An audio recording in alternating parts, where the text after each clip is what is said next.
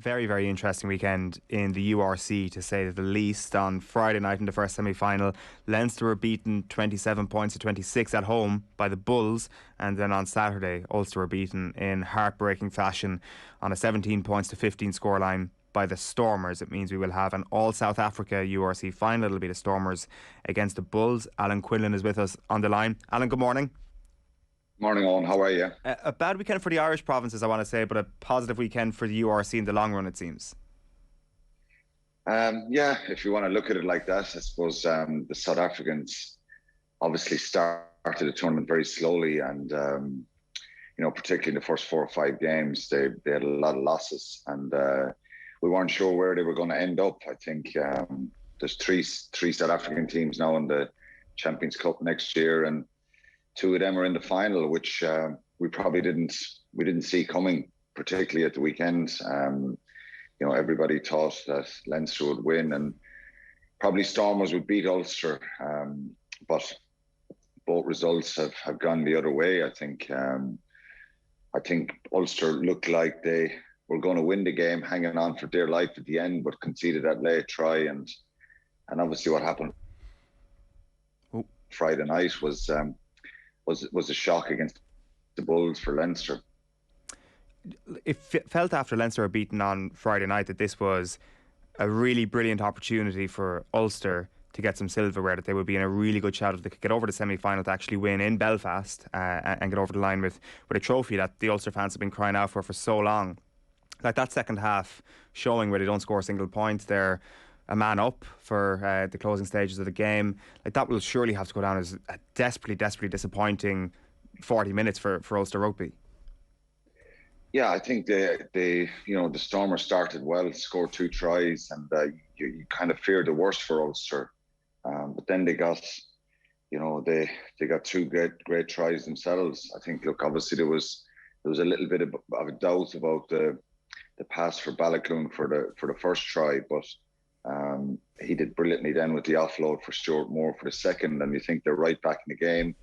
Cooney kicks a penalty just before half time. You think they're in a great position, but I think they didn't manage the game as well as they probably should have in the second half. Didn't have enough, probably kicked the ball a little bit too much. I know there was talks of they didn't have enough territory in that second half, but they had their opportunities and just couldn't get over the line and stretch the lead a little bit.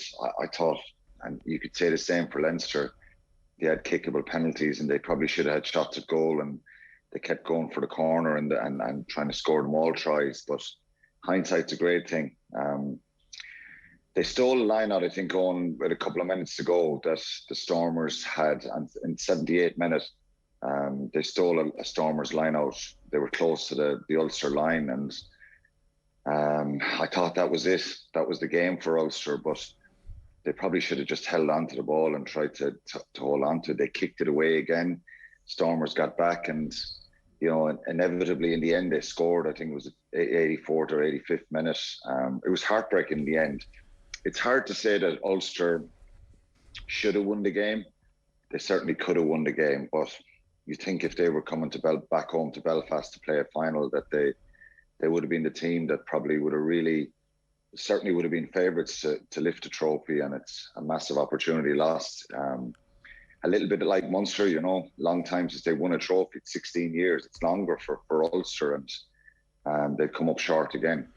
Quinny, can you talk about what should happen there then on 78 minutes when Ulster win that line out? Who are you looking for in that position to make the big decisions then? Is that what they were missing? A bit of leadership then? Is that just experience? Is it something you learn from quite quickly? It's difficult, Nathan. If you're an Ulster fan or an Ulster player, there's a nervous excitement when you win that turnover. It's easy to say for me, looking back, maybe hold on to the ball there and just pick and go. It's a long 2 minutes. I always think back to the European final in 2008. We started picking and going Munster in about the 72nd or 3rd minute. It was much too early. But with 2 minutes to go, there's always a danger you're going to give away a penalty, you're going to do something wrong there. But I think it's down to leadership. It's down to experience, composure, Nathan, and they probably didn't have that. If you're going to kick the ball, ideally you try and get it to your out half, and he kicks long up the field, or find a touch finder outside, down towards the halfway line or something. But they kicked it down there, it didn't go out. Stormers come back and attack again. Particularly when you're after doing something so good by stealing that line out. It's deflating for the opposition. So I think it's down to a little bit of leadership and composure that they lacked at times in that second half, not just at the end of the game, but in the second half. Again, the bench situation, you could say it for both Leinster and Ulster, the impact off the bench and the ability for both sets of coaches to use players off the bench probably didn't help. But they were a whisker away, weren't they, Ulster, and just lacked that little bit of control right at the end. That point on the bench is a good place to kick off on Leinster. Is Leinster's depth just not what we thought it was? Is it very position specific, or what's your read on the backup players that aren't making the starting 15 for Leinster at the moment? Well, obviously they have a huge amount of number of players. They used over 60 players in the league, and maybe that's something that's come against them a little bit right at the end of both competitions, that there was so much rotation. I heard Jake White speaking about his continuity and selection in the last kind of 3-4 months with his team. Very similar team, small tweaks here and there. But for Leinster, when Cian Healy comes on with 2 minutes to go, Sean Cronin didn't come on. Ross Maloney came on late in the game as well. I think it's Michael Alatoa came on obviously for Tyke Furlong and 65th or something minute, but I just think it's having that ability to make changes, particularly when a game is not going well. And again, it's new territory, isn't it, for Leinster? Being under this sort of pressure, the similarities with the La Rochelle game. For Ulster, Tom O'Toole is still on the field in the 80th minute. Had a brilliant game, but it's just, I suppose, making some changes before that. Ulster looked out on their feet at the end, and they looked really fatigued. So, ideally you have great depth and you can bring on 4 or 5 internationals.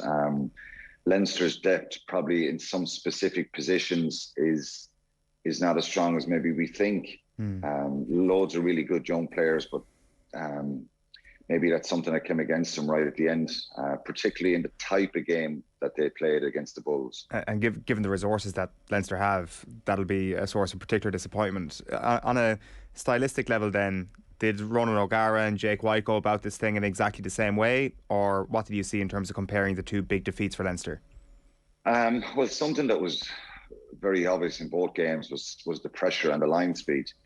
Now, I really thought, I know there was a few people questioned the possibility of sin bins in the La Rochelle game, and some of the penalties that La Rochelle were penalised for. I thought there were some silly penalties. I said it on Friday to Ronan. And obviously, if he lost the game and La Rochelle lost the game, he would have been frustrated with some of those penalties.